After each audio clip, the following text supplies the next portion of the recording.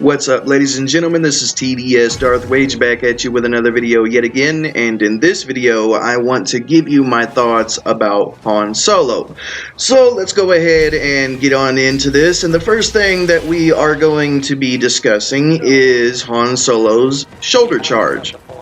Now, if anybody remembers a while back, Han Solo's shoulder charge was just about nearly useless.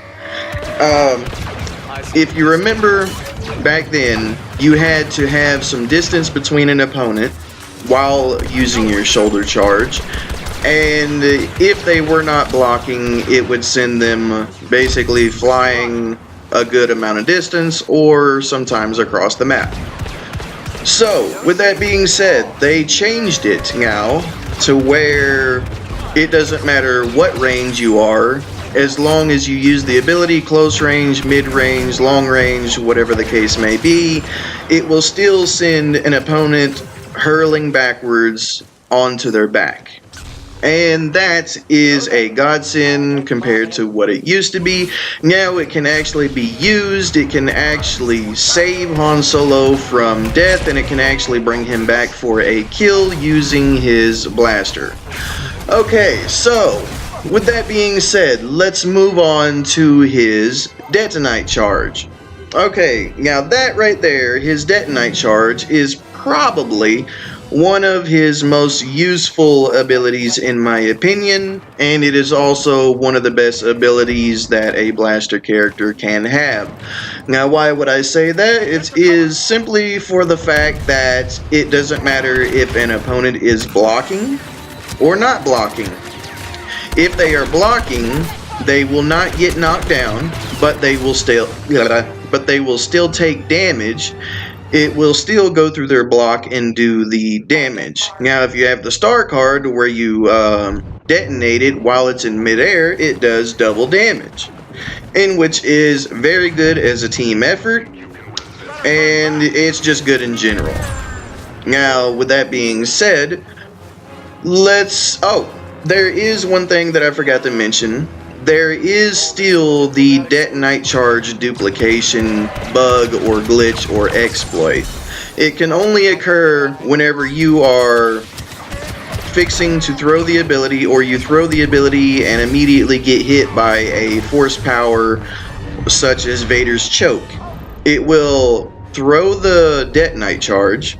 You will get suspended in the air through the choke animation, and you will still be able to cast another detonite charge. A lot of people will tell you that it does not do double damage from both detonite charges, but the fact remains is that it does. It will basically throw two of them, and you will be able to use two of them at the same time, which will nearly kill a villain. Alright, so with that being said, moving on to the sharpshooter ability.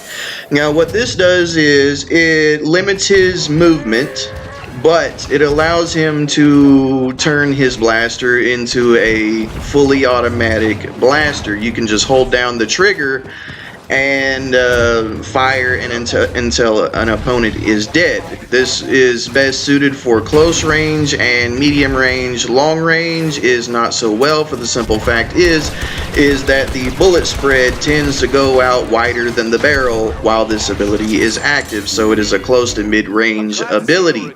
But now, with that being said, the body shots do considerable damage, but not as much damage as critical headshots. If you can land critical headshots with the sharpshooter ability, you will melt any villain in the game. You can melt Vader with the 25% damage resistance plus the bonus health, and yeah, I'll be honest with you, Han Solo is probably one of the highest damage per second or DPS characters in the game.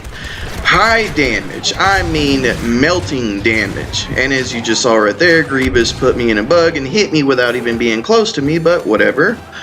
Anyway, yes, like I was trying to say, Han Solo is one of the highest damaging characters in the game currently. He is a very good teammate. He is basically also one of the essentials when using a blaster character or trying to choose between which blaster character you want to use.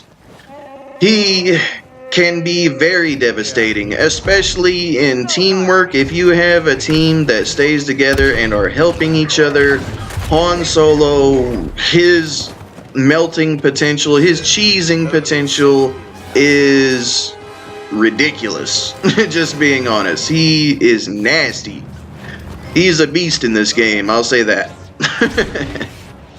So, well, that's really all I have to say about Han Solo, is that he is one of the best blaster character choices in the game, and that is going to conclude this video. So what I will do is let this finish playing, and if you like what I had to say about Han Solo, then please give me a like, comment, subscribe, and share, and I will catch you in my next video.